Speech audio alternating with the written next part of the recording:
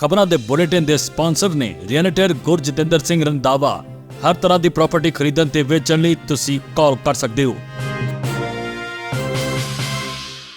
ਸਤਿ ਸ਼੍ਰੀ ਅਕਾਲ ਜੀ, ਪੰਜਾਬ ਮੇਲ US TV ਤੁਸੀਂ ਦੇਖ ਰਹੇ ਹੋ ਤੇ ਮੈਂ ਸੁਰਭੀ। ਖਬਰਾਂ ਦੇ ਇਸ ਬੁਲੇਟਿਨ 'ਚ ਬਹੁਤ-ਬਹੁਤ ਸਵਾਗਤ। ਪੇਸ਼ ਹਨ ਦੇਸ਼ ਦੀਆਂ ਕੁਝ ਖਾਸ ਤੇ ਚੋਣਵੀਆਂ ਖਬਰਾਂ। ਪ੍ਰਵਾਸੀਆਂ ਤੇ ਸਾਊਦੀ ਅਰਬ ਦੀ ਵੱਡੀ ਕਾਰਵਾਈ, 10,000 ਨੂੰ ਭੇਜਿਆ ਵਾਪਸ, ਹਜ਼ਾਰਾਂ ਗ੍ਰਿਫਤਾਰ। ਅਮਰੀਕਾ ਦਾ ਪੈ ਗਿਆ ਇਨ੍ਹਾਂ ਤਿੰਨਾਂ ਦੇਸ਼ਾਂ ਦੇ ਨਾਲ ਪੰਗਾ, ਟਰੰਪ ਅੱਗੇ ਝੁਕਣ ਤੋਂ ਕਰਤਾ ਇਨਕਾਰ। ਕੈਨੇਡਾ ਨੇ ਵੀ ਅਮਰੀਕੀ ਵਸਤਾਂ ਤੇ 25% ਟੈਰਿਫ ਲਗਾਇਆ। ਅਮਰੀਕਾ 'ਚ ਵਾਰ-ਵਾਰ ਬਚੇ ਯਾਤਰੀ, ਹਿਊਸਟਨ 'ਚ ਉਡਾਨ ਭਰਦੇ ਸਮੇਂ ਜਹਾਜ਼ ਦੇ ਇੰਜਨ 'ਚ ਲੱਗੀ ਅੱਗ। ਅਮਰੀਕਾ 'ਚ ਵਿਅਕਤੀ ਨੇ ਸਿੱਖਾਂ ਨੂੰ ਧਮਕੀਆਂ ਦੇਣ ਦਾ ਦੋਸ਼ ਕਬੂਲਿਆ, 15 ਸਾਲ ਹੋ ਸਕਦੀ ਸਜ਼ਾ। ਟਰੰਪ ਦਾ ਦਬਦਬਾ, ਵੈਨਜ਼ੂਏਲਾ ਗੈਰ ਕਾਨੂੰਨੀ ਨਾਗਰਿਕਾਂ ਨੂੰ ਸਵੀਕਾਰ ਕਰਨ ਦੇ ਸਹਿਮਤ। ਹੁਣ ਇਹਨਾਂ ਖਬਰਾਂ ਦਾ ਵਿਸਤਾਰ, ਇਸ ਦੇ ਨਾਲ ਹੀ ਦੇਸ਼ ਤੇ ਵਿਦੇਸ਼ ਨਾਲ ਜੁੜੀਆਂ ਹੋਈਆਂ तमाम ਖਬਰਾਂ।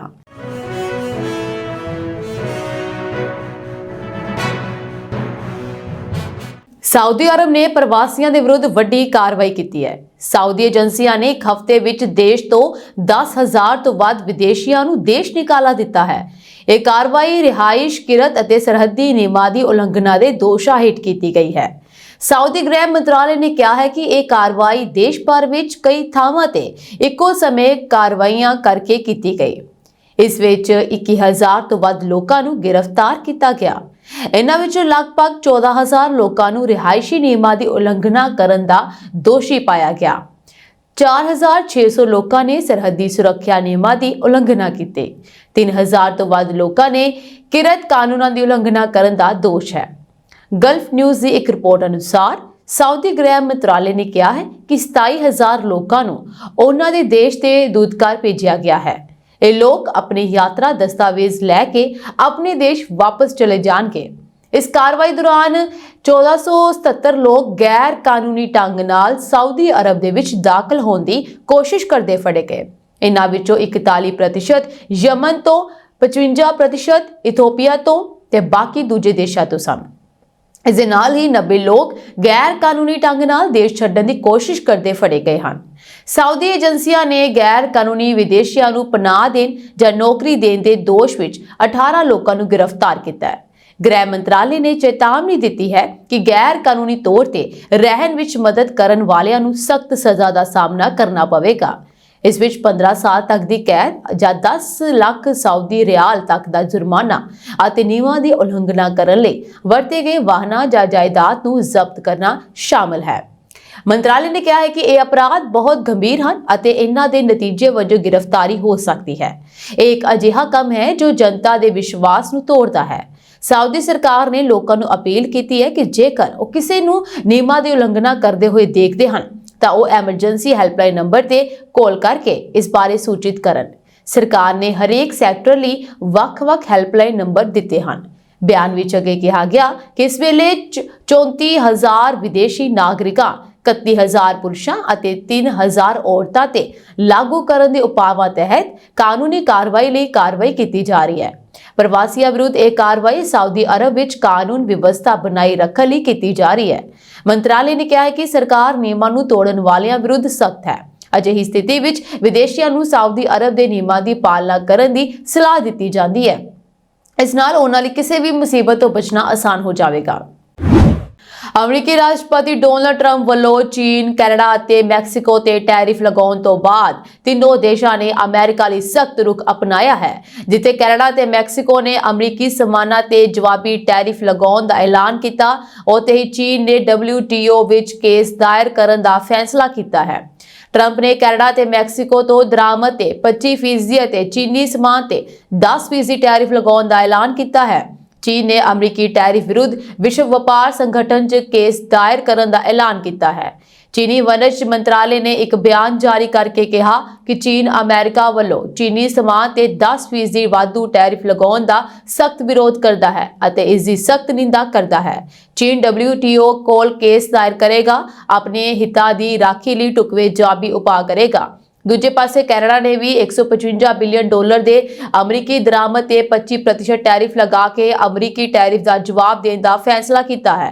ਕੈਨੇਡਾ ਦੇ ਕਾਰਜਕਾਰੀ ਪ੍ਰਧਾਨ ਮੰਤਰੀ ਜਸਟਿਨ ਟਰੂਡੋ ਨੇ ਇਸ ਦਾ ਐਲਾਨ ਕੀਤਾ ਹੈ।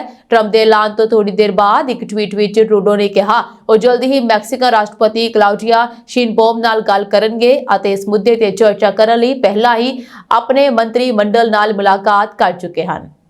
ਉਹਨਾਂ ਨੇ ਕਿਹਾ ਅਸੀਂ ਇਹ ਨਹੀਂ ਚਾਹੁੰਦੇ ਸੀ ਪਰ ਕੈਨੇਡਾ ਤਿਆਰ ਹੈ। ਟਰੂਡੋ ਨੇ ਇੱਕ ਨਿਊਜ਼ ਕਾਨਫਰੰਸ ਵਿੱਚ ਵੀ ਕਿਹਾ ਟੈਰਿਫ ਕੁਝ ਸਾਲ ਪਹਿਲਾਂ ਹੋਏ ਇੱਕ ਮੁਕਤ ਵਪਾਰ ਸਮਝੌਤੇ ਦੀ ਉਲੰਘਣਾ ਕਰਦੇ ਹਨ। ਇਸ ਦੇ ਅਮਰੀਕੀ ਲੋਕਾਂ ਲਈ ਗੰਭੀਰ ਨਤੀਜੇ ਹੋਣਗੇ। ਮੈਕਸੀਕੋ ਨੇ ਵੀ ਅਮਰੀਕੀ ਰਾਸ਼ਟਰਪਤੀ ਡੋਨਾਲਡ ਟਰੰਪ ਦੇ ਟੈਰਿਫ ਦਾ ਜਵਾਬ ਟੈਰਿਫ ਲਗਾ ਕੇ ਦਿੱਤਾ ਹੈ। ਮੈਕਸੀਕੋ ਦੀ ਰਾਸ਼ਟਰਪਤੀ ਕਲਾਉਡੀਆ ਸ਼ੀਨਬੌਮ ਨੇ ਸ਼ਨੀਵਾਰ ਨੂੰ ਕਿਹਾ ਸੀ ਕਿ ਉਸਨੇ ਆਪਣੇ ਅਰਥਚਾਰੇ ਮੰਤਰੀ ਨੂੰ ਮੈਕਸੀਕੋ ਦੇ ਹਿੱਤਾਂ ਦੀ ਰੱਖਿਆ ਲਈ ਟੈਰਿਫ ਅਤੇ ਗੈਰ ਟੈਰਿਫ ਉਪਾਅ ਲਾਗੂ ਕਰਨ ਦਾ ਆਦੇਸ਼ ਦਿੱਤਾ ਹੈ, ਜਦੋਂ ਸੰਯੁਕਤ ਰਾਜ ਅਮਰੀਕਾ ਨੇ ਮੈਕਸੀਕਨ ਸਮਾਨ ਤੇ ਟੈਰਿਫ ਲਗਾਏ ਹਨ। ਸ਼ੀਨਬੌਮ ਨੇ ਐਕਸ ਤੇ ਇੱਕ ਪੋਸਟ ਵਿੱਚ ਕਿਹਾ ਉਹਨਾਂ ਦੀ ਸਰਕਾਰ ਅਮਰੀਕਾ ਨਾਲ ਸਹਿਯੋਗ ਅਤੇ ਗੱਲਬਾਤ ਚਾਹੁੰਦੀ ਹੈ, ਟਕਰਾਅ ਨਹੀਂ।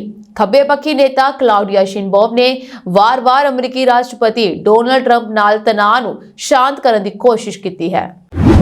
ਕੈਨੇਡਾ ਦੇ ਪ੍ਰਧਾਨ ਮੰਤਰੀ ਜਸਟਿਨ ਟਰੂਡੋ ਨੇ ਐਲਾਨ ਕੀਤਾ ਹੈ ਕਿ ਉਹਨਾਂ ਦੀ ਸਰਕਾਰ ਅਮਰੀਕੀ ਰਾਸ਼ਟਰਪਤੀ ਡੋਨਾਲਡ ਟਰੰਪ ਦੁਆਰਾ ਲਗਾਏ ਗਏ ਟੈਰਿਫਾਂ ਦਾ ਬਦਲਾ ਲੈਣ ਦੇ ਲਈ 155 ਬਿਲੀਅਨ ਡਾਲਰ ਦੇ ਅਮਰੀਕੀ ਸਮਾਨ ਤੇ 25% ਟੈਰਿਫ ਲਗਾਏਗੀ। ਕੈਨੇਡਾ ਦੇ media channel cable public affairs channel ਦੇ ਅਨੁਸਾਰ ਟਰੂਡੋ ਨੇ ਆਪਣੇ ਦੇਸ਼ ਦੇ ਲੋਕਾਂ ਨੂੰ ਸਥਾਨਕ ਉਤਪਾਦ ਖਰੀਦਣ ਅਤੇ ਦੇਸ਼ ਵਿੱਚ ਛੁੱਟੀਆਂ ਬਿਤਾਉਣ ਬਾਰੇ ਵਿਚਾਰ ਕਰਨ ਦੀ ਅਪੀਲ ਕੀਤੀ। ਉਧਰ ਹੀ ਇੱਕ ਪ੍ਰੈਸ ਕਾਨਫਰੰਸ ਦੌਰਾਨ ਟਰੂਡੋ ਨੇ ਜ਼ੋਰ ਦੇ ਕੇ ਕਿਹਾ ਕੈਨੇਡਾ ਦਾ ਜਵਾਬ ਦੁਰਗਾਮੀ ਹੋਵੇਗਾ ਅਤੇ ਇਸ ਵਿੱਚ ਅਮਰੀਕੀ ਬੀਅਰ, ਵਾਈਨ, ਬੋਰਬਨ ਫਲਾਂ ਅਤੇ ਫਲਾਂ ਦੇ ਜੂਸ ਵਰਗੀਆਂ ਰੋਜ਼ਾਨਾ ਦੀਆਂ ਚੀਜ਼ਾਂ ਸ਼ਾਮਲ ਹੋਣਗੀਆਂ। ਉਹਨਾਂ ਨੇ ਕਿਹਾ ਕਿ ਉਹ ਘੋਸ਼ਣਾ ਕਰ ਰਹੇ ਹਨ ਕਿ ਕੈਨੇਡਾ 155 ਬਿਲੀਅਨ ਮੁੱਲ ਦੇ ਅਮਰੀਕੀ ਸਮਾਨ ਦੇ ਵਿਰੁੱਧ 25% ਟੈਰਿਫ ਦੇ ਨਾਲ ਅਮਰੀਕੀ ਵਪਾਰਕ ਕਾਰਵਾਈ ਦਾ ਜਵਾਬ ਦੇਵੇਗਾ।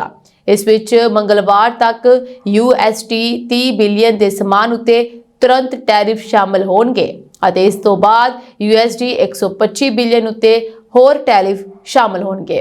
ਟਰੂਡੋ ਨੇ ਕਿਹਾ ਜਿਵੇਂ ਅਮਰੀਕਨ ਟੈਰਿਫਾਂ ਦਾ ਸਾਡਾ ਜਵਾਬ ਦੀ ਦੁਰਗਾਮੀ ਹੋਵੇਗਾ ਅਤੇ ਇਸ ਵਿੱਚ ਰੋਜ਼ਾਨਾ ਦੀਆਂ ਵਸਤੂਆਂ ਜਿਵੇਂ ਕਿ ਅਮਰੀਕਨ ਬੀਅਰ, ਵਾਈਨ, ਬੋਰਬਨ ਫਲਾਂ ਅਤੇ ਫਲਾਂ ਦੇ ਜੂਸ ਸ਼ਾਮਲ ਹੋਣਗੇ, ਜਿਸ ਵਿੱਚ ਸੰਤਰੇ ਦੇ ਜੂਸ ਦੇ ਨਾਲ-ਨਾਲ ਸਬਜ਼ੀਆਂ ਦੇ ਅਤਰ, ਕੱਪੜੇ ਅਤੇ ਜੁੱਤੀਆਂ ਸ਼ਾਮਲ ਹੋਣਗੇ। ਇਸ ਵਿੱਚ ਮੁਕਤ ਖਪਤਕਾਰ ਉਤਪਾਦ ਸ਼ਾਮਲ ਹੋਣਗੇ ਜਿਵੇਂ ਕਿ ਘਰੇਲੂ ਉਪਕਰਨਾਂ ਦਾ ਫਰਨੀਚਰ ਅਤੇ ਖੇਡਾਂ ਦਾ ਸਾਜੋ ਸਮਾਨ ਅਤੇ ਲੱਕੜ ਅਤੇ ਪਲਾਸਟਿਕ ਵਰਗੀਆਂ ਸਮੱਗਰੀਆਂ ਦੇ ਨਾਲ-ਨਾਲ ਹੋਰ ਬਹੁਤ ਕੁਝ। ਅਤੇ ਸਾਡੇ ਜਵਾਬ ਦੇ ਹਿੱਸੇ ਵਜੋਂ ਅਸੀਂ ਪ੍ਰਾਂਤਾਂ ਨਾਲ ਵਿਚਾਰ ਕਰ ਰਹੇ ਹਾਂ ਅਤੇ ਖੇਤਰ ਕਈ ਗੈਰ ਟੈਰਿਫ ਉਪਾਅ ਜਿਨ੍ਹਾਂ ਵਿੱਚ ਕੁਝ ਮਹੱਤਵਪੂਰਨ ਖਣਿਜ ਊਰਜਾ ਪ੍ਰਾਪਤੀ ਅਤੇ ਹੋਰ ਪਾਈਵਾਲੀ ਨਾਲ ਸੰਬੰਧਿਤ ਹਨ। ਕੈਨੇਡੀਅਨ ਪ੍ਰਧਾਨ ਮੰਤਰੀ ਨੇ ਆਪਣੇ ਦੇਸ਼ ਦੇ ਲੋਕਾਂ ਨੂੰ ਭਰੋਸਾ ਦਿਵਾਇਆ ਹੈ ਉਹ ਸਾਰੇ ਇਸ ਵਿੱਚ ਇਕੱਠੇ ਹਨ ਅਤੇ CPAC ਦੇ ਅਨੁਸਾਰ ਇਹ ਟੀਮ ਕੈਨੇਡਾ ਸਭ ਤੋਂ ਵਧੀਆ ਹੈ। ਉਹਨਾਂ ਨੇ ਕਿਹਾ ਅਸੀਂ ਕੈਨੇਡਾ ਲਈ ਮਜ਼ਬੂਤ ਖੜੇ ਹੋਵਾਂਗੇ। ਅਮਰੀਕਾ ਤੋਂ ਇੱਕ ਵਾਰ ਫਿਰ ਜਹਾਜ਼ ਹਾਦਸੇ ਦੀ ਖਬਰ ਆਈ ਹੈ। ਹਿਊਸਟਨ ਤੋਂ ਨਿਊਯਾਰਕ ਜਾ ਰਹੀ ਯੂਨਾਈਟਿਡ 에ਅਰਲਾਈਨਸ ਦੀ ਇੱਕ ਫਲਾਈਟ ਨੂੰ ਐਤਵਾਰ ਨੂੰ ਖਾਲੀ ਕਰਵਾ ਲਿਆ ਗਿਆ ਕਿਉਂਕਿ ਉਡਾਨ ਭਰਨ ਤੋਂ ਕੁਝ ਸਮੇਂ ਪਹਿਲਾਂ ਹੀ ਇਸ ਦੇ ਇੰਜਨ ਵਿੱਚ ਅੱਗ ਲੱਗ ਗਈ। ਸਥਾਨਕ ਸਮੇਂ ਮੁਤਾਬਕ ਫਲਾਈਟ 1382 ਸਵੇਰੇ 8:30 ਵਜੇ ਜਾਰਜ ਬੁਸ਼ ਇੰਟਰਕੌਂਟੀਨੈਂਟਲ ਹਵਾਈ ਅੱਡੇ ਤੋਂ ਲਾਗਾਰਡੀਆ 에ਅਰਪੋਰਟ ਲਈ ਰਵਾਨਾ ਹੋਣ ਵਾਲੀ ਸੀ ਤਾਂ ਚਾਲਕ ਦਲ ਨੂੰ ਇੰਜਨ ਵਿੱਚ ਖਰਾਬੀ ਦੇ ਬਾਰੇ ਵਿੱਚ ਸੰਕੇਤ ਮਿਲਿਆ ਅਤੇ ਰਨਵੇ ਤੇ ਹੀ ਟੇਕ ਆਫ ਨੂੰ ਰੋਕ ਦਿੱਤਾ ਗਿਆ। 에ਅਰਲਾਈਨ ਨੇ ਇੱਕ ਬਿਆਨ ਜਾਰੀ ਕਰਕੇ ਹਾਦਸੇ ਦੀ ਜਾਣਕਾਰੀ ਦਿੱਤੀ। ਫੈਡਰਲ ਐਵੀਏਸ਼ਨ ਅਥਾਰਟੀ ਨੇ ਕਿਹਾ ਹੈ ਇੰਜਨ 'ਚ ਖਰਾਬੀ ਸੀ ਜਿਸ ਕਾਰਨ ਟੇਕ ਆਫ ਨੂੰ ਰੋਕ ਦਿੱਤਾ ਗਿਆ। ਯਾਤਰੀਆਂ ਨੂੰ ਰਨਵੇ ਤੇ ਉਤਾਰ ਕੇ ਬੱਸ ਰਾਹੀਂ ਟਰਮੀਨਲ ਦੇ ਲਿਜਾਇਆ ਗਿਆ। ਨਿਊਯਾਰਕ ਟਾਈਮਜ਼ ਦੀ ਇੱਕ ਰਿਪੋਰਟ ਮੁਤਾਬਕ ਅਧਿਕਾਰੀਆਂ ਨੇ ਕਿਹਾ ਕਿ ਸਾਰੇ 104 ਯਾਤਰੀਆਂ ਨੂੰ ਸਲਾਈਡਾਂ ਅਤੇ ਪੌੜੀਆਂ ਦੀ ਵਰਤੋਂ ਕਰਦੇ ਹੋਏ ਰਨਵੇ ਤੇ ਜਹਾਜ਼ ਤੋਂ ਸੁਰੱਖਿਅਤ ਰੂਪ ਦੇ ਨਾਲ ਉਤਾਰਿਆ ਗਿਆ ਅਤੇ ਬੱਸ ਰਾਹੀਂ ਟਰਮੀਨਲ ਤੱਕ ਪਹੁੰਚਾਇਆ ਗਿਆ ਅਤੇ ਕਿਸੇ ਦੇ ਜ਼ਖਮੀ ਹੋਣ ਦੀ ਕੋਈ ਸੂਚਨਾ ਨਹੀਂ ਹੈ। ਸੋਸ਼ਲ ਮੀਡੀਆ ਤੇ ਵਾਇਰਲ ਹੋਏ ਇਸ ਹਾਦਸੇ ਦੀ ਵੀਡੀਓ 'ਚ ਨਿਊਯਾਰਕ ਦੇ ਲਾਗਾਰਡੀਆ 에ਅਰਪੋਰਟ ਤੇ ਜਾ ਰਹੇ 에ਅਰਬਸ A319 ਜਹਾਜ਼ ਦੇ ਇੰਜਨ 'ਚ ਧੂਆਂ ਅਤੇ ਅੱਗ ਨਿਕਲਦੀ ਦਿਖਾਈ ਦੇ ਰਹੀ ਹੈ। ਯੂਨਾਈਟਿਡ 에ਅਰਲਾਈਨਸ ਨੇ ਕਿਹਾ ਕਿ ਯਾਤਰੀਆਂ ਨੂੰ ਐਤਵਾਰ ਦੁਪਹਿਰ ਨੂੰ ਇੱਕ ਹੋਰ ਫਲਾਈਟ ਲਈ ਮੁੜ ਨਿਰਧਾਰਤ ਕੀਤਾ ਗਿਆ ਸੀ। ਦੱਸਣਯੋਗ ਹੈ ਕਿ ਹਾਲ ਹੀ ਵਿੱਚ ਵਾਸ਼ਿੰਗਟਨ ਦੇ ਬਾਹਰ ਰੀਗਨ ਨੈਸ਼ਨਲ 에ਅਰਪੋਰਟ ਦੇ ਕੋਲ ਇੱਕ ਅਮਰੀਕੀ 에ਅਰਲਾਈਨਸ ਦਾ ਜਹਾਜ਼ ਅਮਰੀਕੀ ਸੈਨਾ ਦੇ ਬਲੈਕ ਹੌਕ ਹੈਲੀਕਾਪਟਰ ਨਾਲ ਟਕਰਾ ਗਿਆ ਸੀ। ਹਾਦਸੇ ਕਾਰਨ ਦੋਵੇਂ ਜਹਾਜ਼ ਪੋਟੋਮੈਕ ਨਦੀ ਵਿੱਚ ਡਿੱਗ ਪਏ ਸਨ। ਅਮਰੀਕੀ ਅਧਿਕਾਰੀਆਂ ਨੇ ਪੁਸ਼ਟੀ ਕੀਤੀ ਹੈ ਕਿ ਸਾਰੇ 67 ਲੋਕਾਂ ਦੇ ਮਾਰੇ ਜਾਣ ਦਾ ਖਦਸ਼ਾ ਹੈ। ਇਸ ਤੋਂ ਇਲਾਵਾ ਸ਼ੁੱਕਰਵਾਰ ਰਾਤ ਫਿਲਾਡੈਲਫੀਆ ਦੇ ਇੱਕ ਮਾਲ ਦੇ ਨੇੜੇ ਇੱਕ ਹੋਰ ਜਹਾਜ਼ ਹਾਦਸਾਗ੍ਰਸਤ ਹੋ ਗਿਆ, ਜਿਸ ਕਾਰਨ 7 ਲੋਕਾਂ ਦੀ ਮੌਤ ਹੋ ਗਈ ਅਤੇ 19 ਹੋਰ ਜ਼ਖਮੀ ਹੋ ਗਏ ਸਨ। ਅਮਰੀਕੀ ਸੂਬੇ ਟੈਕਸਾਸ ਦੇ ਸ਼ਹਿਰ ਡਲਾਸ ਦੇ ਇੱਕ ਵਿਅਕਤੀ ਨੂੰ ਨਫ਼ਰਤ ਭਰੇ ਸੰਦੇਸ਼ ਭੇਜਣ ਦੀ ਲੜੀ ਵਿੱਚ ਇੱਕ ਸਿੱਖ ਨਾਗਰਿਕ ਅਧਿਕਾਰ ਸੰਗਠਨ ਅਤੇ ਹੋਰ ਵਿਅਕਤੀਆਂ ਦੇ ਵਿਰੁੱਧ ਹਿੰਸਕ ਧਮਕੀਆਂ ਦੇਣ ਦਾ ਦੋਸ਼ੀ ਠਹਿਰਾਇਆ ਗਿਆ। 49 ਸਾਲ ਦੇ ਭੂਸ਼ਣ ਅਥਾਲੇ ਨੇ ਸੰਘੀ ਅਦਾਲਤ ਵਿੱਚ ਸੰਘੀ ਸੁਰੱਖਿਆ ਗਤੀਵਿਧੀਆਂ ਵਿੱਚ ਦਖਲ ਅੰਦਾਜ਼ੀ ਕਰਨ ਅਤੇ ਕਈ ਥਾਵਾਂ ਤੇ ਧਮਕੀਆਂ ਫੈਲਾਉਣ ਦੀ ਗੱਲ ਕਬੂਲ ਕੀਤੀ ਹੈ। ਉਸ ਨੂੰ 15 ਸਾਲ ਤੱਕ ਦੀ ਕੈਦ ਅਤੇ $2,50,000 ਤੱਕ ਦੇ ਜੁਰਮਾਨੇ ਦਾ ਸਾਹਮਣਾ ਕਰਨਾ ਪੈ ਸਕਦਾ ਹੈ। ਅਮਰੀਕੀ ਨਿਆਂ ਵਿਭਾਗ ਮੁਤਾਬਕ ਉਸ ਨੂੰ ਕੈਮਡੇਨ ਫੈਡਰਲ ਕੋਰਟ 'ਚ ਅਮਰੀਕੀ ਜ਼ਿਲ੍ਹਾ ਜੱਜ ਐਡਵਰਡ ਕੀਲ ਦੇ ਸਾਹਮਣੇ ਪੇਸ਼ ਕੀਤਾ ਗਿਆ ਸੀ। ਉਸ ਨੂੰ 3 ਜੂਨ ਨੂੰ ਸਜ਼ਾ ਸੁਣਾਈ ਜਾਵੇਗੀ। ਵਕੀਲਾਂ ਨੇ ਕਿਹਾ ਕਿ ਅਥਾਲੇ ਨੇ ਸਤੰਬਰ 2022 ਵਿੱਚ ਇੱਕ ਸਿੱਖ ਵਕਾਲਤ ਸਮੂਹ ਨੂੰ ਕਈ ਸੰਦੇਸ਼ ਭੇਜੇ ਸਨ, ਜਿਸ ਵਿੱਚ ਉਸ ਦੇ ਮੁਲਾਜ਼ਮਾਂ ਨੂੰ ਨੁਕਸਾਨ ਪਹੁੰਚਾਉਣ ਦੀ ਧਮਕੀ ਦਿੱਤੀ ਗਈ ਸੀ। ਸੰਦੇਸ਼ਾਂ 'ਚ ਉਸਨੇ ਸਿੱਖ ਧਾਰਮਿਕ ਰਵਾਇਤਾਂ ਨੂੰ ਬੁਰਾ ਭਲਾ ਕਿਹਾ ਅਤੇ ਸੰਗਠਨ ਦੇ ਮੈਂਬਰਾਂ ਦੇ ਵਾਲ ਜ਼ਬਰਦਸਤੀ ਕੱਟਣ ਸਮੇਤ ਉਹਨਾਂ ਨੂੰ ਸਿਗਰਟ ਪੀਣਾ ਅਤੇ ਤੰਬਾਕੂ ਖਾਣ ਲਈ ਮਜਬੂਰ ਕਰਨ ਦੀਆਂ ਯੋਜਨਾਵਾਂ ਦਾ ਵਰਣਨ ਕੀਤਾ ਸੀ। ਅਥਾਲੇ ਨੇ ਮਾਰਚ 2024 ਚ ਵੀ ਆਪਣੀਆਂ ਧਮਕੀਆਂ ਜਾਰੀ ਰੱਖੀਆਂ ਅਤੇ ਹੋਰ ਸੰਦੇਸ਼ ਭੇਜੇ, ਜਿਸ 'ਚ ਸਿੱਖਾਂ, ਮੁਸਲਮਾਨਾਂ ਅਤੇ ਯਹੂਦੀ ਲੋਕਾਂ ਨੂੰ ਨਿਸ਼ਾਨਾ ਬਣਾਉਣ ਵਾਲੀ ਹਿੰਸਕ ਬਿਆਨਬਾਜ਼ੀ ਸ਼ਾਮਲ ਸੀ। ਉਸਨੇ ਇਹ ਵੀ ਮਨਜ਼ੂਰ ਕੀਤਾ ਕਿ ਉਸਨੇ 6-7 ਨਵੰਬਰ 2021 ਨੂੰ ਆਪਣੇ ਸਾਬਕਾ ਸਹਿ ਕਰਮਚਾਰੀ ਨੂੰ ਭੇਜੇ ਸੰਦੇਸ਼ ਵੀ ਸ਼ਾਮਲ ਕੀਤੇ, ਜਿਸ ਵਿੱਚ ਉਸਨੇ ਪਾਕਿਸਤਾਨ ਅਤੇ ਮੁਸਲਮਾਨਾਂ ਪ੍ਰਤੀ ਆਪਣੀ ਨਫ਼ਰਤ ਜ਼ਾਹਰ ਕੀਤੀ ਸੀ। ਨਿਊ ਜਰਸੀ ਜ਼ਿਲ੍ਹੇ ਦੇ ਕਾਰਜਕਾਰੀ ਅਮਰੀਕੀ ਅਟਾਰਨੀ ਵਿਕਾਸ ਖੰਨਾ ਨੇ ਕਿਹਾ, ਹਿੰਸਾ ਦੀਆਂ ਧਮਕੀਆਂ ਲਈ ਸਾਡੇ ਸਮਾਜ ਵਿੱਚ ਕੋਈ ਜਗ੍ਹਾ ਨਹੀਂ ਹੈ। ਇਸ ਦੇਸ਼ ਦੇ ਹਰ ਵਿਅਕਤੀ ਨੂੰ ਹਿੰਸਾ ਜਾਂ ਤਸ਼ੱਦਦ ਦੇ ਡਰ ਤੋਂ ਬਿਨਾਂ ਆਪਣੇ ਧਰਮ ਦਾ ਪਾਲਣ ਕਰਨ ਲਈ ਸੁਤੰਤਰ ਹੋਣਾ ਚਾਹੀਦਾ ਹੈ। ਵੈਨਜ਼ੂਏਲਾ ਅਮਰੀਕਾ ਵਿੱਚ ਗੈਰ ਕਾਨੂੰਨੀ ਤੌਰ ਤੇ ਰਹਿ ਰਹੇ ਆਪਣੇ ਨਾਗਰਿਕਾਂ ਨੂੰ ਸਵੀਕਾਰ ਕਰਨ ਲਈ ਸਹਿਮਤ ਹੋ ਗਿਆ ਹੈ। ਅਮਰੀਕੀ ਰਾਸ਼ਟਰਪਤੀ ਡੋਨਾਲਡ ਟਰੰਪ ਨੇ ਇਹ ਗੱਲ ਕਹੀ। ਉਹਨਾਂ ਨੇ ਕਿਹਾ ਕਿ ਵੈਨਜ਼ੂਏਲਾ ਆਪਣੇ ਉਹਨਾਂ ਸਾਰੇ ਨਾਗਰਿਕਾਂ ਨੂੰ ਸਵੀਕਾਰ ਕਰਨ ਲਈ ਸਹਿਮਤ ਹੋ ਗਿਆ ਹੈ ਜੋ ਬਿਨਾਂ ਦਸਤਾਵੇਜ਼ਾਂ ਦੇ ਅਮਰੀਕਾ ਵਿੱਚ ਰਹਿ ਰਹੇ ਹਨ। ਟਰੰਪ ਨੇ ਟਰੁਥ ਸੋਸ਼ਲ ਤੇ ਕਿਹਾ, ਵੈਨਜ਼ੂਏਲਾ ਵਾਸੀਆਂ ਦਾ ਘਰ ਵਾਪਸ ਆਉਣਾ ਬਹੁਤ ਵਧੀਆ ਹੈ ਅਤੇ ਇਹ ਵੀ ਬਹੁਤ ਵਧੀਆ ਹੈ ਕਿ ਵੈਨਜ਼ੂਏਲਾ ਅਮਰੀਕਾ ਵਿੱਚ ਰਹਿ ਰਹੇ ਆਪਣੇ ਸਾਰੇ ਨਾਗਰਿਕਾਂ ਨੂੰ ਵਾਪਸ ਲੈਣ ਦੇ ਲਈ ਸਹਿਮਤ ਹੋ ਗਿਆ, ਜਿਨ੍ਹਾਂ ਵਿੱਚ ਟ੍ਰੇਨ ਡੀ ਰਾਗੂਆ ਦੇ ਮੈਂਬਰ ਵੀ ਸ਼ਾਮਲ ਹਨ। ਉਹਨਾਂ ਨੇ ਕਿਹਾ, ਵੈਨਜ਼ੂਏਲਾ ਅਮਰੀਕਾ ਤੋਂ ਪ੍ਰਵਾਸੀਆਂ ਨੂੰ ਵਾਪਸ ਲਿਆਉਣ ਦੀ ਜ਼ਿੰਮੇਵਾਰੀ ਸੰਭਾਲਣ ਲਈ ਵੀ ਸਹਿਮਤ ਹੋ ਗਿਆ ਹੈ।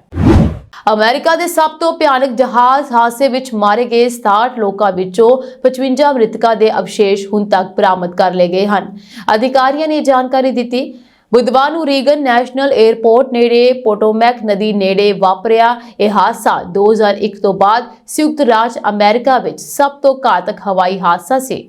ਵਾਸ਼ਿੰਗਟਨ ਡੀਸੀ ਦੇ fire and emergency medical services ਦੇ ਮੁਖੀ ਨੇ ਇੱਕ ਪ੍ਰੈਸ ਕਾਨਫਰੰਸ ਵਿੱਚ ਕਿਹਾ ਕਿ ਗੋਤਾਖੋਰ ਅਜੇ ਵੀ ਹਾਦਸੇ ਵਿੱਚ ਮਾਰੇ ਗਏ 12 ਪੀੜਤਾਂ ਦੀਆਂ ਲਾਸ਼ਾਂ ਦੀ ਭਾਲ ਕਰ ਰਹੇ ਹਨ। ਬਚਾਅ ਕਰਮਚਾਰੀ ਸੋਮਵਾਰ ਸਵੇਰ ਤੱਕ ਪੋਟੋਮੈਕ ਨਦੀ ਤੋਂ ਮਲਬਾ ਹਟਾਉਣ ਦੀ ਤਿਆਰੀ ਕਰ ਰਹੇ ਹਨ। ਜਹਾਜ਼ ਦੇ ਬਾਕੀ ਹਿੱਸਿਆਂ ਨੂੰ ਇੱਕ ਟਰੱਕ ਵਿੱਚ ਲੱਦਿਆ ਜਾਵੇਗਾ ਅਤੇ ਜਾਂਚ ਲਈ ਹੰਗਰ ਯਾਨੀ ਜਹਾਜ਼ਾਂ ਨੂੰ ਸਟੋਰ ਕਰਨ ਦੀ ਜਗ੍ਹਾ ਲਿਜਾਇਆ ਜਾਵੇਗਾ। ਪੀੜਤਾ ਦੇ ਰਿਸ਼ਤੇਦਾਰ ਆਪਣੇ ਅਜੀਜ਼ਾਂ ਨੂੰ ਸ਼ਰਧਾਂਜਲੀ ਦੇਣ ਲਈ ਰੀਗਨ ਰਾਸ਼ਟਰੀ ਹਵਾਈ ਅੱਡੇ ਨੇੜੇ ਪੋਟੋਮੈਕ ਨਦੀ ਦੇ ਕਿਨਾਰੇ ਘਟਨਾ ਸਥਾਨ ਤੇ ਪਹੁੰਚੇ। ਬਹੁਤ ਸਾਰੇ ਲੋਕ ਬੱਸ ਰਾਹੀਂ ਉਸ ਸਥਾਨ ਤੇ ਪਹੁੰਚੇ ਜਿੱਥੇ ਬੁੱਧਵਾਰ ਨੂੰ ਇੱਕ ਅਮਰੀਕਨ 에ਅਰਲਾਈਨਸ ਜਹਾਜ਼ ਅਤੇ ਇੱਕ ਫੌਜੀ ਬਲੈਕ ਹੌਕ ਹੈਲੀਕਾਪਟਰ ਦੀ ਟੱਕਰ ਹੋ ਗਈ ਸੀ, ਜਿਸ ਵਿੱਚ ਸਵਾਰ ਸਾਰੇ 67 ਲੋਕ ਮਾਰੇ ਗਏ ਸਨ। ਇਸ ਦੌਰਾਨ ਪੁਲਿਸ ਵੀ ਲੋਕਾਂ ਦੇ ਨਾਲ ਸੀ। ਫੋਰਬਸ ਨੇ 2025 ਵਿੱਚ ਦੁਨੀਆ ਦੇ 10 ਸਭ ਤੋਂ ਸ਼ਕਤੀਸ਼ਾਲੀ ਦੇਸ਼ਾਂ ਦੀ ਰੈਂਕਿੰਗ ਜਾਰੀ ਕੀਤੀ ਹੈ, ਜਿਸ ਵਿੱਚ ਭਾਰਤ ਨੂੰ ਟੌਪ 10 ਵਿੱਚੋਂ ਬਾਹਰ ਰੱਖਿਆ ਗਿਆ। ਇਹ ਸੂਚੀ ਕਈ ਮਹੱਤਵਪੂਰਨ ਮਾਪਦੰਡਾਂ ਤੇ ਆਧਾਰਿਤ ਹੈ, ਪਰ ਭਾਰਤ ਵਰਗੇ ਦੇਸ਼ ਨੂੰ ਬਾਹਰ ਰੱਖਣ ਨਾਲ ਜਿਸ ਦੀ ਆਬਾਦੀ ਬਹੁਤ ਵੱਡੀ ਹੈ, ਚੌਥੀ ਸਭ ਤੋਂ ਵੱਡੀ ਫੌਜ ਅਤੇ ਪੰਜਵੀਂ ਸਭ ਤੋਂ ਵੱਡੀ ਅਰਥ ਵਿਵਸਥਾ ਨੇ ਵੱਡੇ ਸਵਾਲ ਖੜੇ ਕਰ ਦਿੱਤੇ ਹਨ। ਫੋਰਬਸ ਨੇ ਰਿਪੋਰਟ ਦਿੱਤੀ ਹੈ ਕਿ ਸੂਚੀ ਯੂਐਸ ਨਿਊਜ਼ ਦੁਆਰਾ ਤਿਆਰ ਕੀਤੀ ਗਈ ਹੈ ਅਤੇ ਰੈਂਕਿੰਗ ਲਈ 5 ਮੁੱਖ ਮਾਪਦੰਡਾਂ ਦੀ ਵਰਤੋਂ ਕੀਤੀ ਗਈ ਹੈ। ਇਹ ਸੂਚੀ ਕਿਸੇ ਵੀ ਦੇਸ਼ ਦੇ ਨੇਤਾ, ਆਰਥਿਕ ਪ੍ਰਭਾਵ, ਰਾਜਨੀਤਿਕ ਪ੍ਰਭਾਵ, ਮਜ਼ਬੂਤ ਅੰਤਰਰਾਸ਼ਟਰੀ ਗੱਠਜੋੜ ਅਤੇ ਮਜ਼ਬੂਤ ਫੌਜ ਦੇ ਆਧਾਰ ਤੇ ਤਿਆਰ ਕੀਤੀ ਜਾਂਦੀ ਹੈ। ਭਾਰਤ ਦੀ ਵੱਡੀ ਆਬਾਦੀ, ਫੌਜੀ ਤਾਕਤ ਅਤੇ ਆਰਥਿਕ ਤਰੱਕੀ ਨੂੰ ਦੇਖਦਿਆਂ ਹੋਇਆਂ ਇਸ ਨੂੰ ਇਸ ਸੂਚੀ ਤੋਂ ਬਾਹਰ ਰੱਖਣਾ ਹੈਰਾਨੀਜਨਕ ਹੈ। ਚੌਥੀ ਸਭ ਤੋਂ ਵੱਡੀ ਫੌਜ ਅਤੇ ਪੰਜਵੀਂ ਸਭ ਤੋਂ ਵੱਡੀ ਅਰਥ ਵਿਵਸਥਾ ਹੋਣ ਦੇ ਬਾਵਜੂਦ ਭਾਰਤ ਨੂੰ ਇਸ ਦਰਜਾਬੰਦੀ ਵਿੱਚ ਸਥਾਨ ਨਹੀਂ ਦਿੱਤਾ ਗਿਆ। ਇਸ ਨਾਲ ਬਹੁਤ ਸਾਰੇ ਮਾਹਰਾਂ ਅਤੇ ਜਨਤਾ ਵਿੱਚ ਸਵਾਲ ਖੜੇ ਹੋਏ ਹਨ ਕਿ ਫੋਰਬਸ ਦੀ ਰੈਂਕਿੰਗ ਵਿਧੀ ਭਾਰਤ ਦੇ ਪ੍ਰਭਾਵ ਦਾ ਸਹੀ ਮੁਲਾਂਕਣ ਕਰਨ ਵਿੱਚ ਅਸਫਲ ਰਹੀ ਹੈ। ਇਹ ਰੈਂਕਿੰਗ ਮਾਡਲ BAV ਗਰੁੱਪ ਦੁਆਰਾ ਤਿਆਰ ਕੀਤਾ ਗਿਆ ਜੋ ਕਿ VWPP ਦੀ ਇੱਕ ਇਕਾਈ ਹੈ।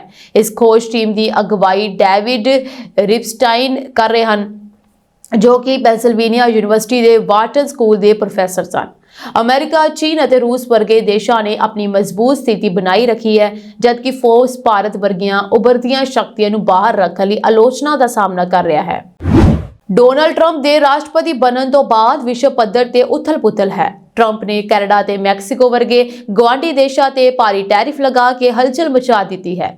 ਚੀਨ ਤੇ ਵੀ 10% ਟੈਰਿਫ ਲਗਾਇਆ ਗਿਆ, ਪਰ ਟਰੰਪ ਦੇ ਭਾਰੀ ਦਬਾਅ ਦਰਮਿਆਨ ਪਨਾਮਾ ਨੇ ਹੁਣ ਚੀਨ ਨੂੰ ਵੱਡਾ ਝਟਕਾ ਦਿੱਤਾ। ਪਨਾਮਾ ਨਹਿਰ ਨੂੰ ਲੈ ਕੇ ਟਰੰਪ ਦੇ ਦਬਾਅ ਦਰਮਿਆਨ ਪਨਾਮਾ ਦੇ ਰਾਸ਼ਟਰਪਤੀ ਜੋਸ ਰਾਉਲ ਮੁਲੀਨੋ ਨੇ ਕਿਹਾ ਹੈ ਕਿ ਉਹਨਾਂ ਦਾ ਦੇਸ਼ ਚੀਨ ਦੀ ਅਭਿਲਾਸ਼ੀ ਯੋਜਨਾ ਬੈਲਟ ਐਂਡ ਰੋਡ ਦਾ ਨਵੀਨੀਕਰਨ ਨਹੀਂ ਕਰੇਗਾ। ਪਨਾਮਾ 2017 ਵਿੱਚ ਚੀਨ ਦੀ ਇਸ ਯੋਜਨਾ ਨਾਲ ਜੁੜਿਆ ਸੀ, ਪਰ ਹੁਣ ਪਨਾਮਾ ਦੇ ਰਾਸ਼ਟਰਪਤੀ ਦੇ ਇਸ ਐਲਾਨ ਤੋਂ ਬਾਅਦ ਇਹ ਸਪਸ਼ਟ ਹੈ ਕਿ ਪਨਾਮਾ ਜਲਦੀ ਹੀ ਚੀਨ ਦੀ ਇਸ ਯੋਜਨਾ ਤੋਂ ਬਾਹਰ ਹੋਣ ਵਾਲਾ ਹੈ। ਰਾਸ਼ਟਰਪਤੀ ਮੁਲੀਨੋ ਨੇ ਕਿਹਾ ਕਿ ਹੁਣ ਪਨਾਮਾ ਬੁਨਿਆਦੀ ਢਾਂਚੇ ਦੇ ਪ੍ਰੋਜੈਕਟਾਂ ਸਮੇਤ ਨਵੇਂ ਨਿਵੇਸ਼ਾਂ ਤੇ ਅਮਰੀਕਾ ਨਾਲ ਮਿਲ ਕੇ ਕੰਮ ਕਰੇਗਾ। ਰਾਸ਼ਟਰਪਤੀ ਨੇ ਕਿਹਾ ਉਹਨਾਂ ਦੀ ਸਰਕਾਰ ਪਨਾਮਾ ਪੋਰਟਸ ਕੰਪਨੀ ਦਾ ਐਡਿਟ ਕਰੇਗੀ। ਇਹ ਕੰਪਨੀ ਚੀਨ ਦੀ ਉਸ ਕੰਪਨੀ ਨਾਲ ਜੁੜੀ ਹੋਈ ਹੈ ਜੋ ਪਨਾਮਾ ਨਹਿਰ ਦੇ 2 ਬੰਦਰਗਾਹਾਂ ਦਾ ਸੰਚਾਲਨ ਕਰਦੀ ਹੈ। ਮਲੀਨੋ ਨੇ ਕਿਹਾ ਕਿ ਸਾਨੂੰ ਪਹਿਲਾਂ ਐਡਿਟ ਦੇ ਮੁਕੰਮਲ ਹੋਣ ਦੀ ਉਡੀਕ ਕਰਨੀ ਪਵੇਗੀ। ਇਸ ਤੋਂ ਪਹਿਲਾਂ ਅਮਰੀਕਾ ਦੇ ਵਿਦੇਸ਼ ਮੰਤਰੀ ਮਾਰਕੋ ਰੂਬੀਓ ਨੇ ਪਨਾਮਾ ਦੇ ਰਾਸ਼ਟਰਪਤੀ ਮਲੀਨੋ ਨੂੰ ਕਿਹਾ ਸੀ ਕਿ ਪਨਾਮਾ ਤੇ ਚੀਨ ਦੇ ਕਬਜ਼ੇ ਕਾਰਨ ਅਮਰੀਕਾ ਨੂੰ ਆਪਣੇ ਅਧਿਕਾਰਾਂ ਦੀ ਰਾਖੀ ਕਰਨੀ ਪਵੇਗੀ। ਮਲੀਨੋ ਨੇ ਕਿਹਾ ਕਿ ਮੈਨੂੰ ਨਹੀਂ ਲੱਗਦਾ ਕਿ ਪਨਾਮਾ ਤੇ ਮੁੜ ਕਬਜ਼ਾ ਕਰਨ ਲਈ ਅਮਰੀਕਾ ਨੂੰ ਫੌਜੀ ਤਾਕਤ ਦੀ ਵਰਤੋਂ ਕਰਨੀ ਪਵੇਗੀ। ਰਾਸ਼ਟਰਪਤੀ ਟਰੰਪ ਨੇ ਕਿਹਾ ਕਿ ਅਮਰੀਕਾ ਪਨਾਮਾ ਨੂੰ ਵਾਪਸ ਲਵੇਗਾ ਅਤੇ ਇਸ ਲਈ ਅਸੀਂ ਕੁਝ ਵੱਡੇ ਕਦਮ ਚੁੱਕਣ ਜਾ ਰਹੇ ਹਾਂ। ਪੱਤਰਕਾਰਾਂ ਦੇ ਨਾਲ ਗੱਲਬਾਤ ਕਰਦਿਆਂ ਉਹਨਾਂ ਨੇ ਕਿਹਾ ਪਨਾਮਾ ਖੁਦ ਨਹਿਰ ਚਲਾ ਰਿਹਾ ਹੈ, ਜਦਕਿ ਇਹ ਨਹਿਰ ਚੀਨ ਨੂੰ ਨਹੀਂ ਸੌਂਪੀ ਗਈ। ਪਨਾਮਾ ਨਹਿਰ ਬੇਵਕੂਫੀ ਨਾਲ ਪਨਾਮਾ ਨੂੰ ਸੌਂਪ ਦਿੱਤੀ ਗਈ ਸੀ, ਪਰ ਉਹਨਾਂ ਨੇ ਸਮਝੌਤੇ ਦੀ ਉਲੰਘਣਾ ਕੀਤੀ ਅਤੇ ਅਸੀਂ ਇਸ ਨੂੰ ਵਾਪਸ ਲੈ ਲਵਾਂਗੇ। ਇਸ ਲਈ ਕੁਝ ਵੱਡੇ ਕਦਮ ਚੁੱਕੇ ਜਾ ਰਹੇ ਹਨ। ਇਸ ਤੋਂ ਪਹਿਲਾਂ ਪਨਾਮਾ ਨਹਿਰ ਨੂੰ ਲੈ ਕੇ ਟਰੰਪ ਨੇ ਕਿਹਾ ਸੀ ਕਿ ਸਾਡੀ ਨੇਵੀ ਅਤੇ ਕਾਰੋਬਾਰੀਆਂ ਨਾਲ ਬਹੁਤ ਗਲਤ ਵਿਵਹਾਰ ਕੀਤਾ ਗਿਆ ਹੈ। ਪਨਾਮਾ ਦੁਆਰਾ ਵਸੂਲੀ ਗਈ ਫੀਸ ਹਾਸੋਹੀਣੀ ਹੈ। ਅਜਿਹੀਆਂ ਚੀਜ਼ਾਂ ਨੂੰ ਤੁਰੰਤ ਬੰਦ ਕੀਤਾ ਜਾਣਾ ਚਾਹੀਦਾ ਹੈ। ਜੇਕਰ ਪਨਾਮਾ ਨਹਿਰ ਨੂੰ ਸੁਰੱਖਿਅਤ, ਕੁਸ਼ਲ ਅਤੇ ਭਰੋਸੇਮੰਦ ਤਰੀਕੇ ਨਾਲ ਨਹੀਂ ਚਲਾਇਆ ਜਾਂਦਾ ਤਾਂ ਅਸੀਂ ਮੰਗ ਕਰਾਂਗੇ ਕਿ ਪਨਾਮਾ ਨਹਿਰ ਸਾਨੂੰ ਪੂਰੀ ਤਰ੍ਹਾਂ ਵਾਪਸ ਦਿੱਤੀ ਜਾਵੇ। ਟਰੰਪ ਨੇ ਕਿਹਾ ਕਿ ਜੇਕਰ ਨੈਤਿਕ ਅਤੇ ਕਾਨੂੰਨੀ ਦੋਵਾਂ ਸਿਧਾਂਤਾਂ ਦਾ ਪਾਲਨ ਕੀਤਾ ਜਾਂਦਾ ਹੈ ਤਾਂ ਅਸੀਂ ਪਨਾਮਾ ਨਹਿਰ ਨੂੰ ਜਲਦੀ ਤੋਂ ਜਲਦੀ ਅਮਰੀਕਾ ਨੂੰ ਵਾਪਸ ਕਰਨ ਦੀ ਮੰਗ ਕਰਾਂਗੇ। ਸਾਊਦੀ ਅਰਬ ਵਿੱਚ ਇੱਕ ਵਾਰ ਫਿਰ ਪਾਕਿਸਤਾਨ ਦੀ ਫਜ਼ੀਹਤ ਹੋਈ ਹੈ। ਸਾਊਦੀ ਅਰਬ ਹਜ ਜਾਂ ਉਮਰਾਹ ਦੇ ਨਾਮ ਤੇ ਇੱਥੇ ਆਉਣ ਅਤੇ ਫਿਰ ਇੱਥੇ ਪਹੁੰਚਣ ਤੋਂ ਬਾਅਦ ਭੀਖ ਮੰਗਣ ਮਾਮਲੇ ਤੇ ਸਖਤ ਹੋ ਗਿਆ ਹੈ। ਅਜਿਹੇ ਲੋਕਾਂ ਵਿੱਚ ਜ਼ਿਆਦਾਤਰ ਪਾਕਿਸਤਾਨ ਮੂਲ ਦੇ ਲੋਕ ਹਨ।